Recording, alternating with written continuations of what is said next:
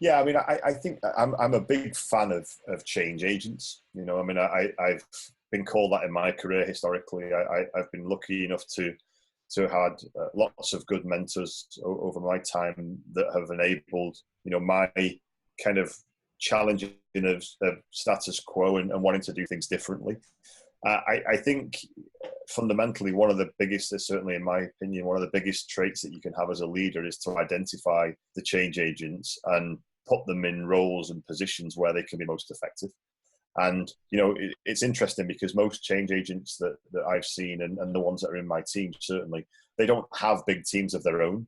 They're just capable, very capable of understanding how to build relationships, how to build trust, how to build constituents, and how to very cleverly look at things in a different way and bring people along.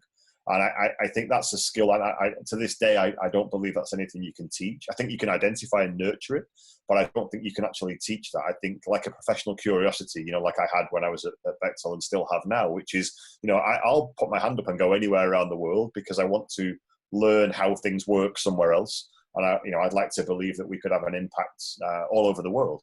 And so I think to do that, you know, professional curiosity where you're constantly challenging, you know, you kind of have this thirst for not just knowledge, but you have a thirst for experience and you have a thirst for making an impact.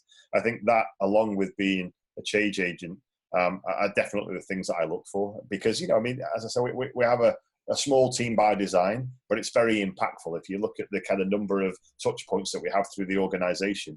And, you know, you can't do that by hierarchy or by org chart or by, you know, corporate architecture. You have to do that by people who are invested in the mission, who understand what it takes to get the job done, who are self-starters, who are change agents, and, you know, frankly, are a bit bonkers to want to spend half their life on a plane. But that's okay. I mean, you know, that's a perfectly good trait.